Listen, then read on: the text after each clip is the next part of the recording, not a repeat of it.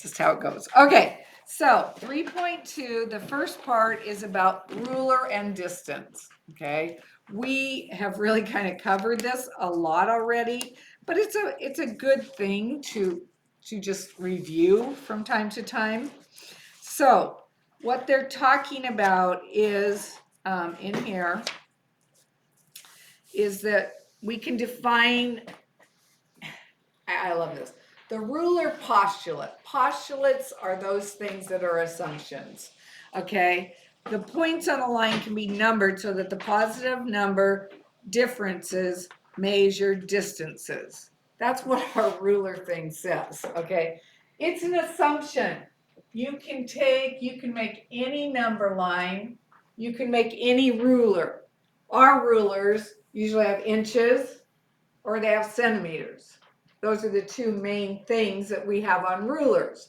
Those are two different marks that are consistent, but we can make a number line with marks that are consistent, or sometimes on like a map, it's the scale of what something is, so you know this distance measures 5 miles on the map. So it's a scale of what your drawing is. When you have models of stuff, you do a scale. When you look at house plans or you look at anything you build, they use this. So the ruler postulate, which I don't care if you know what that means, I don't care if you know this. What you should know is that a line can be marked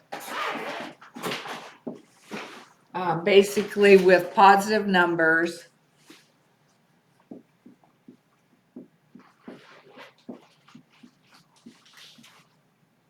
to measure. Okay, some of the key things where we use this. Okay, we do use rulers. We use tape measures. We use yardsticks. Okay, I'll just say probably the most common thing is tape measures used in the world. We use tape measures to measure how far something is. That's usually when we're building and constructing things. So this is used when we're doing construction. It's used when we have a scale drawing. So a scale drawing can be basically prints of models, houses, maps, etc. Okay, so that's something that we can look at. Those are scale drawings because they're not, so on the scale drawing, we usually draw a little thing like this, a line segment, and we mark it evenly, so they're evenly spaced, and we say that from there to there is the same as 10 feet. Okay, so there's a scale. That little measurement there actually equals 10 feet on that scale drawing, okay, in real life. So that way I don't need to make a house print or a house plan that's as big as the house, because that would be silly. So we have to put it down into scale so that it's smaller so we can look at it. Okay, so this is really what we're looking at. And again, we can use number lines to do this. We can use segments to do this, line segments, because it may be that it doesn't go on forever, but we're looking only at positive numbers. Why are we only looking at positive numbers? Yes? Can you not measure into negative? No, you cannot measure distance. Distance is never negative, okay? So we can't ever use negative numbers. It has to be positive numbers. That's why we talked about, did we talk about absolute value in here? No, we didn't. That was in a different class. Sorry, I get confused on my classes sometimes, what I'm teaching where, okay? So the next thing they talk about is between this.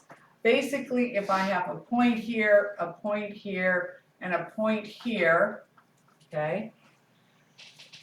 Point C is between A and B, okay? If they're on the same line, so they have to be on the same line. If 3 points are collinear, then A or C is between A and B if AC plus CB equal AB. That's betweenness. Okay, so let's look at what that's really saying. So first of all, you have to have 3 points that are collinear. We cannot say things are between unless they're on the same line. Okay. Then when I look at it, we know C is in between A and B. Well, we can look at that and see that, correct? But what it's definitely saying is, you know C is in between if the distance from here and the distance from here equals the distance there. Okay, that's what it's saying. If the length of AB or AC and the length of CB are equal to the length of AB, then we know it's in between, okay? That's all that's telling us, okay? It's basically saying if they're in between each other, in between there, the two small segments will make the big segment. And that's all you have to say, okay? This is a conditional statement. Yesterday we talked about that. It says if, so this has to be true before the rest can be true. They have to be collinear. Okay, it has to be collinear. Then we can say that this is true. If they're not collinear, then it doesn't work. So a conditional statement means you have to meet the first criteria, the if part. Then the next part is good. Okay, so if then is what's called a conditional statement. Okay. So that's really what they're looking at in this section. So they're doing a whole bunch of work on just in-betweenness and all that kind of stuff for this section. It's a lot of different things. Okay. Lesson 3. So this is 3.2. 3.3 is all about now a protractor and measuring an angle. So basically 3.2 was measuring line segments. So this is all about measuring line segments and betweenness of line segment, or betweenness of points.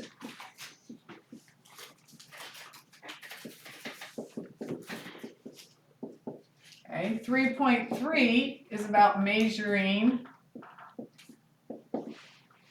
angles, and it's betweenness of rays. Okay, quick review here. When we make an angle, we have a vertex. That's the point where they meet. Then we have a ray in one direction and a ray in the other direction. That's the definition of an angle. It's made up of two independent rays. So let's call this angle B, but I'm going to put A and C on it. Okay, so this is the angle B. It can be named B, or it's named ABC. Especially now, if I put another angle in here, I cannot call this angle B. So if I looked at that and said angle B, where would angle B be? Where is BB? Yes. B is just a point, right? B is just a point. So we can't look at one. So if you only have two rays, you can call the angle by the vertex. But if you have three rays, you can no longer call it by the vertex. Okay, because that doesn't work. It'd be confusing. Okay. So then we have to name it with, as we've done before, you name it with all 3 points having the vertex in the middle. So this would be angle A, B, D, and angle D, B, C. So I labeled this one and this one, but I also have a big angle, A, B, C. So angle A, B, C. Notice in every case, the vertex is in the middle. It doesn't matter which point you name first, if it's on one ray or the other, but you'll name the 2 points that are on the rays on the outside of your middle letter, the vertex. Okay. Well, is ray BD in between ray AC, or between BA and BC? Sorry about that. Let's call it this way. I'm going to make it easier. This is ray 1. This is ray 2. This is ray 3. Is ray 1 in between the ray 2 and 3? Yes. How can we tell? Because it only go around three. Because it's right in between. We can look at it and see it, okay? They're trying to be very specific. They're saying here, okay, this is what betweenness means. Betweenness means if this ray or this angle, ABD, added to the angle DBA is equal to the angle of ABC, then it's in between, okay? And this is if the rays have the same endpoint, then, okay, this only works if they have the same endpoint, because a ray starts somewhere and then goes on forever in one direction. If they don't, they have to be on the same endpoint, okay? And so if that's true, then ray BD is between ray BA and ray BC. Now, a couple things to notice here. Make sure you start with the endpoint on a ray. So B is the endpoint on all these, okay? Make sure this is your symbol. So again, get used to using those symbols when we're writing things down. This is the angle. This is the angle. It's named with the vertex in the middle, and then gives you the side points. These are rays. This is a ray that's between those. So when you're doing in-betweenness of angles or with angles, it's actually the rays that are in between, not points that are in between. Okay? Points are on lines. So we have a couple different things here. That's the basic postulate here, or theorem here, that's called betweenness of rays. And then they have the protractor, which basically tells you that the protractor is used to measure angles. Just like we had the definition that we could put lines on a line segment and space them evenly. That's a measuring device. It's a ruler of some sort. Okay. Protractor is the other one that you can use, and it's talking about the degrees, measuring in degrees. Okay. I'm assuming all of you know how to use a protractor right now. So they called the protractor postulate. The rays in a half rotation can be numbered from 0 to 180 so that positive number differences measure angles. Okay, so basically what it's telling you is that on a protractor, you can go out like this. Okay, and these measurements are in degrees. That actually doesn't change. We don't use inches, we don't use centimeters, we don't use feet, we don't use yards, we don't use, degrees is pretty much what you use. We will learn a little bit later that you can use pi in it instead, and those are called radian measures. We'll talk about radian measures, but right now I want you to think of degrees, because your protractor measures degrees. It does not measure radians. We'll talk about how you can switch those back and forth later.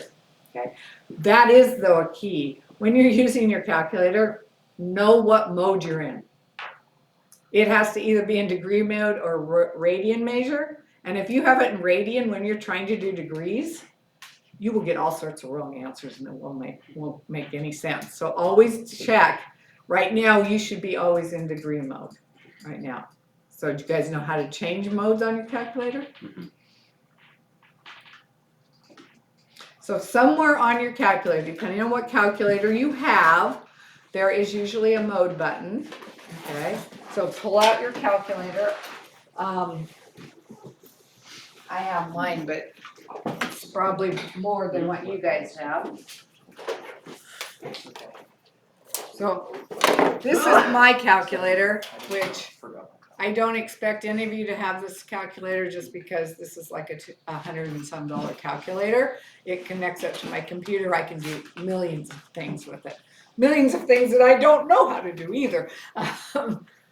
But on this one, there's a button that says mode, M-O-D-E.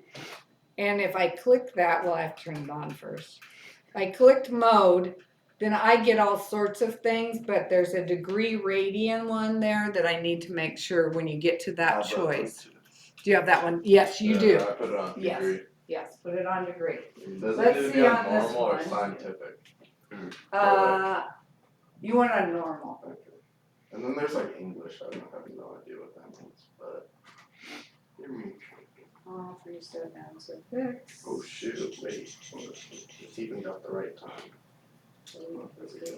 Cause I set the clock. Oh, Wait, yours is- okay, Yeah, right. mine's set to degrees. So the Since DEG when- on I'm not- there, that I means see degree, it. then there's radian. I'm and not going to radian. DEG, but I'm not sure. So just go That's to what you it, check back there. get to that button, Yeah. DRG. Yeah, right there, you just Oh, take and- enter, cause it's on the Yeah. degrees. Wait, which one's So the we want degrees? that, okay? Yeah. I'll come around and help you all figure it out. Okay. Okay, did you Alright, figure I'm this out? just- Okay, Yeah, you got put it, it on okay. degree. Yes, yep, dead. Wheels. Just dead. Oh, Yep, you you got found it. it. Right. The DEG on the TI 30X2S, whatever. Will it just give me That numbers one, now? you just look at DIG. So you wanna go back to this one. So go to DRG and you just wanna make sure it's on DEG. Right. And it okay. is, okay? So on yours, you push the How would DRG, you- that's degrees, radians, How do I gradients, that's what make that it stands for, make sure that's clicked. Okay, so that's what you wanna make, did you find yours? Yes, Okay, it's on degree. yes, okay, so the button DRG on the TIX 30, it says DRG, that really doesn't stand for degree, what that stands for is degree, radians, and gradients, I think that's how you say it. We don't use this one very often, these are the two that we use more often, okay? So that's a thing to I know. don't know how to actually select it. Ah, oh, no, I'm in radius. Okay. Okay, questions on any of this? I think we're gonna do some problems up on the board today, so we'll see how that goes. But this is pretty easy. We've done this before. We've done kind of the betweenness. They're gonna ask you if things are between, and you're gonna have to say why, because you know that this measure and this measure adds up to the total measure. They're all at the same endpoint. That's basically why, okay? And so those are kind of how we're gonna work on this. So right now,